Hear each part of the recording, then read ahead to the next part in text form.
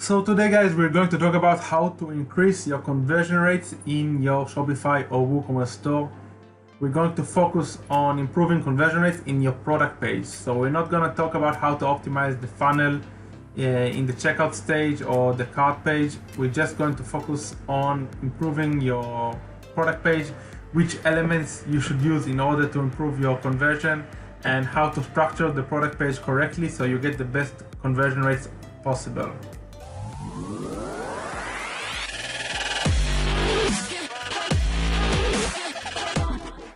Okay guys, so this video is going to be all about how to increase conversion rates in your store. It's going to have two parts. The first part, we're going to talk about what is conversion rate, where can you see your conversion rates, a few tips regarding how to analyze your conversion rates, and I'm going to share with you 12 elements that promote conversion.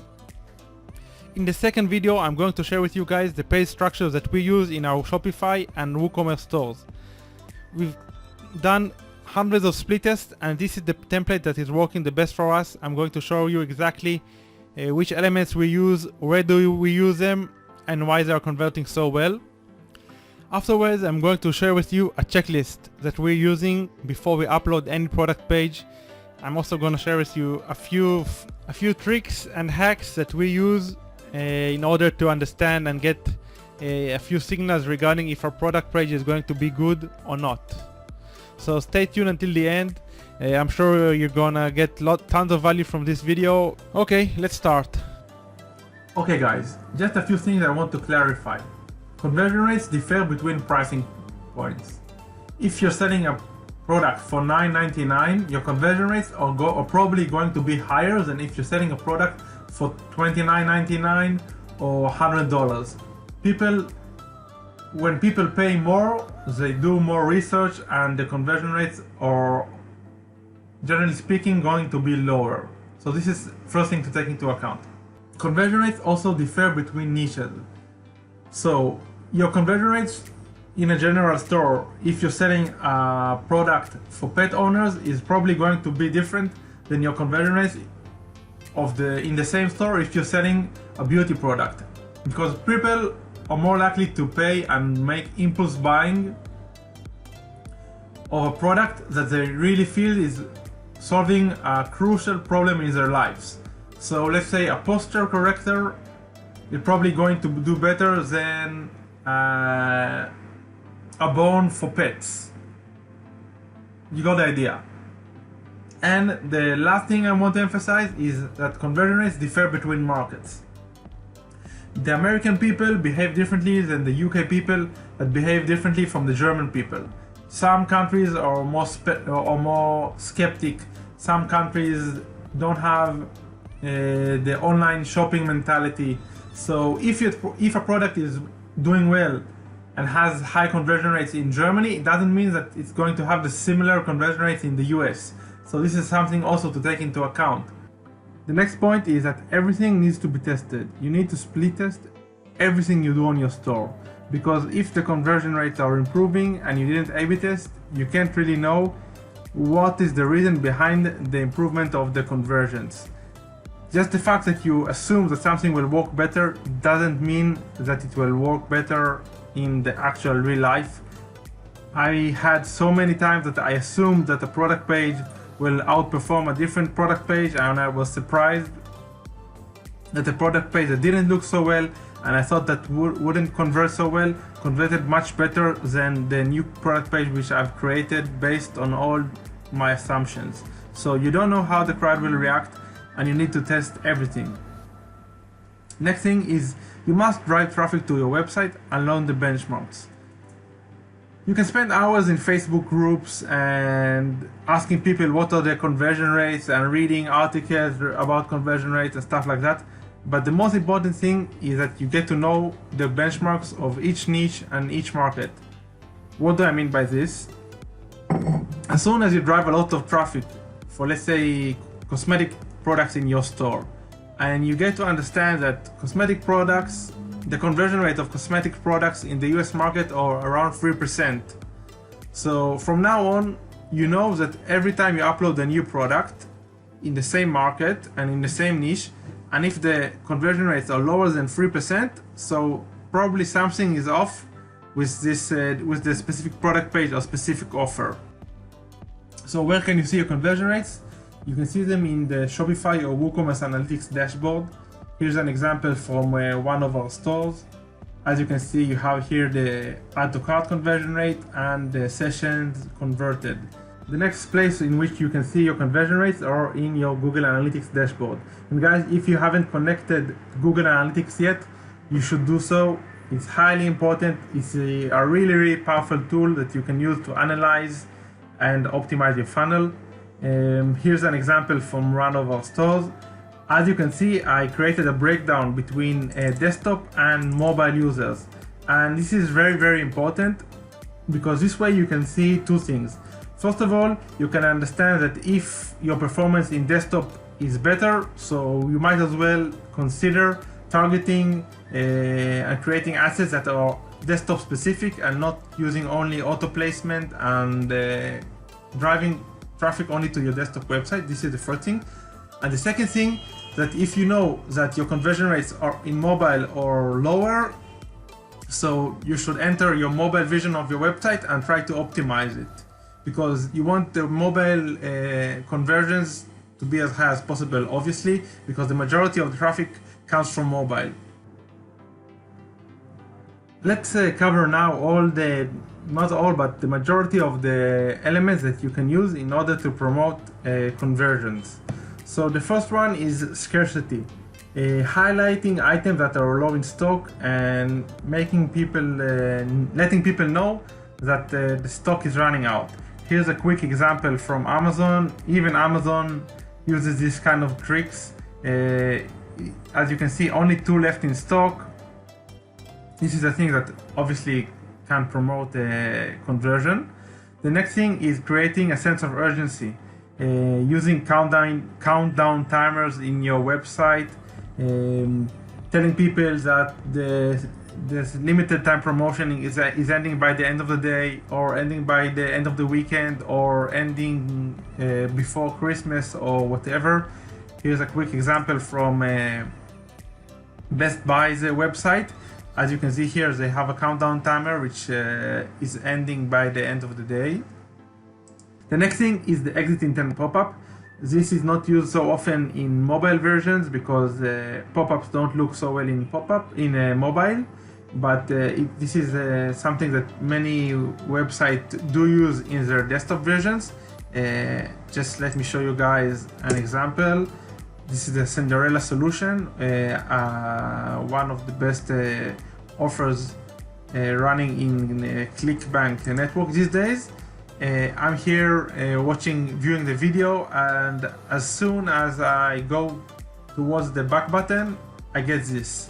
This is the exit intent pop-up. Normally, the website is going to try for the last time to convert you and make you change your mind instead of leaving. So as you can see here, they're telling me, hold on, don't leave this page.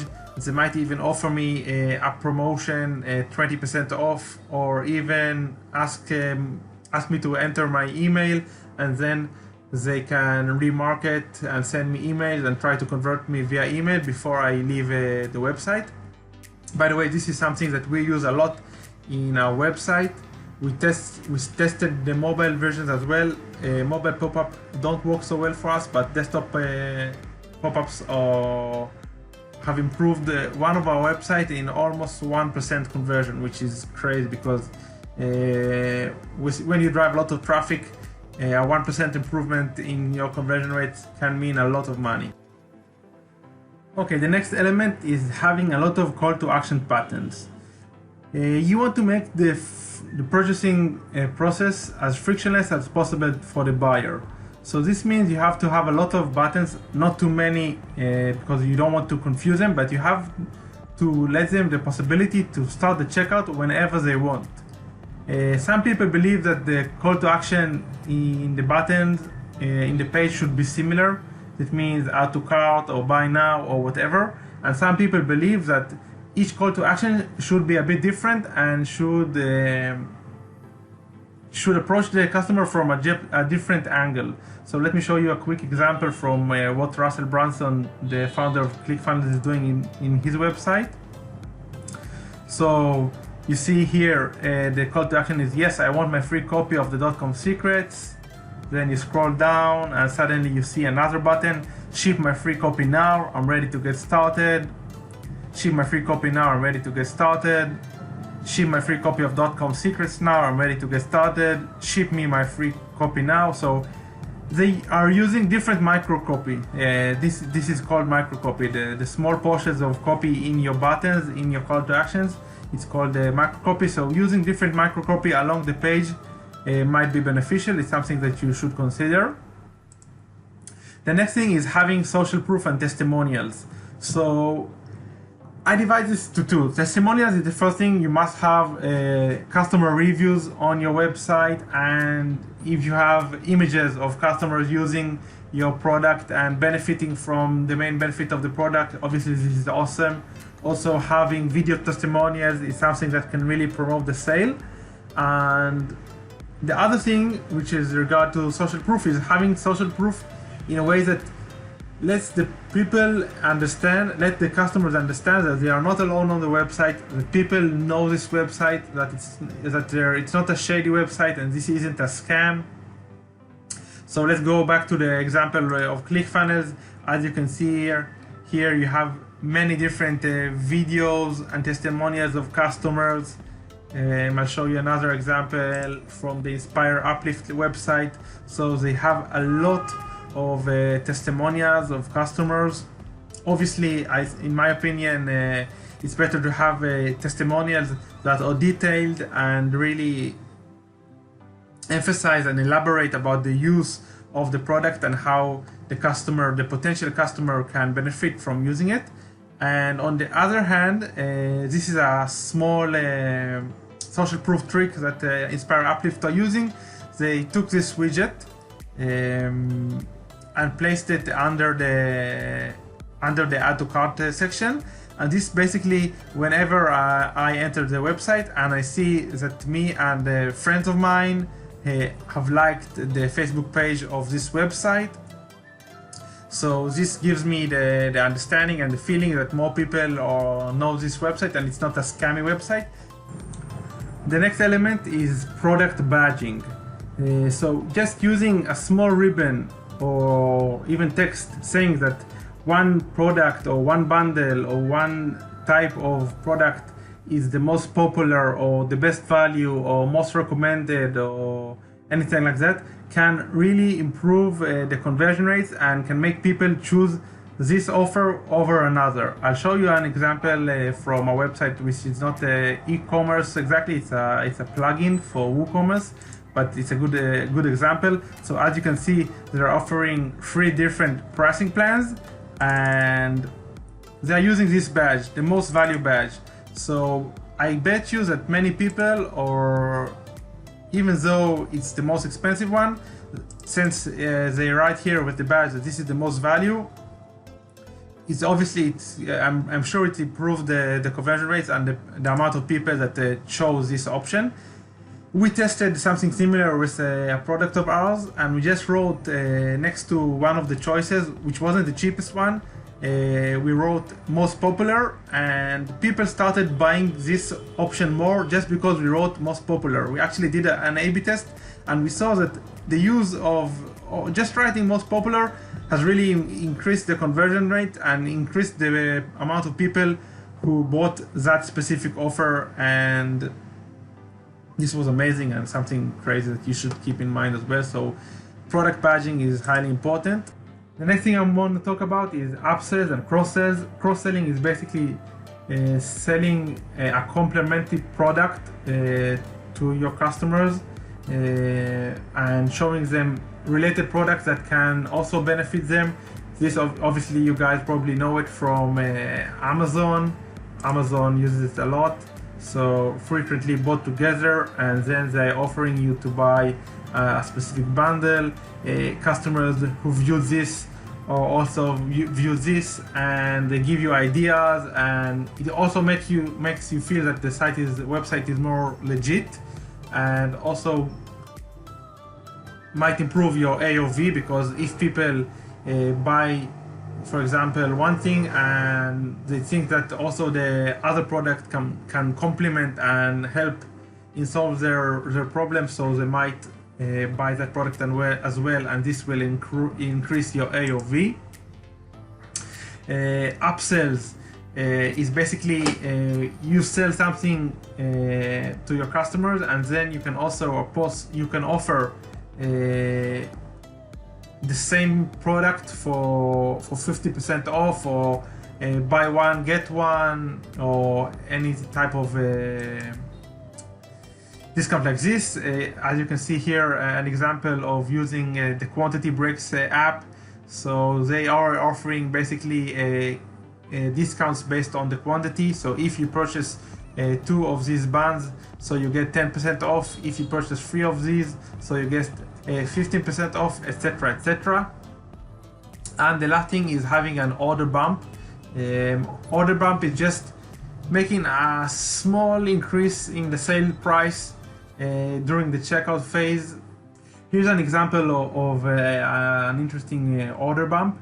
Basically, order bump is something that you use in the checkout page and not in the product page, but I wanted to show it to you guys. It will increase your AOV. It probably won't increase your conversion rate, but it will increase your AOV. So many dropshippers and e-commerce people just add this box underneath the credit card input fields, and you can offer them premium shipping or a complimentary product, and all they need to do is tick this box, and once they already filled in all their card number and payment details, and now they place the order and you get the extra money. It's kind of like when you go to a grocery store, so next to the cashiers they put many like Hershey's and Mars bars, because they know that these are things that you will take on the fly. So this is the whole idea behind having an order bump, just slightly increasing your AOV. So the last 3 elements I want to talk about are visual elements. It's the GIF, images, and videos. On one hand, all of them promote the sale and can promote conversion, but they slow down your page loading time. And one of the things you have to understand that if someone clicked your ad and they are redirected to your website, the last thing you want to happen is that they'll wait for like 7 or 12 seconds until the page has fully loaded. So you have to use GIFs, images, and videos in the right amount, and only place images and GIFs and videos that really promote the sale.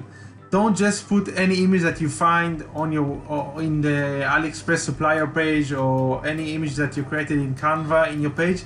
Only use elements that promote the sale, that make the customer feel that this product is the solution to his problem. So if it's a cosmetic problem, you can use, if it's a cosmetic product, you can use a before and after GIF, or before and after images, or if the product is technical, so you can use a how-to video, or show a quick GIF that shows the features and the actual solution the product provides. There are many different ways to use visuals in your product page, but I just want to emphasize that you have to use them wisely. Don't just put into your product page any GIF or any image that you see. You have to use only high quality GIFs and images and videos, and only images and visuals that you believe that really promote the sale. Okay guys, so now after we spoke about a few of the elements that you can use in your product page, I want to share with you a study that was done in 2017, and I found it in Google Scholar. So basically the study is kind of long, and they speak about what they tested and what influenced the buyers and what improved their conversion rate in the most significant way. And they found that scarcity, social proof, and creating urgency were the best elements that can be used in order to promote conversions. So keep that in mind when you build product pages. Don't neglect the scarcity element, the social proof, and the urgency elements. Obviously, as I said before, everything needs to be tested. different markets, different customers react differently to different elements. So this needs to be tested. But generally speaking, scarcity, social proof, and urgency are elements that should be used in your product page, sometimes in a more subtle way, and sometimes they must be more aggressive. But they do make a difference, and they can improve your profitability and conversion rates. That's it for the first part of the video, guys. Check out the second part of the video, in which I'm going to share with you the page structure that we use for all of our product pages in our Shopify and WooCommerce stores. And I'm also going to share with you a checklist that you can use before you upload any product and launch Facebook and Google ads. Thank you guys for tuning in. I hope you enjoyed this video. If you did, please comment below, like, share, and subscribe to our YouTube video, and join our Facebook group.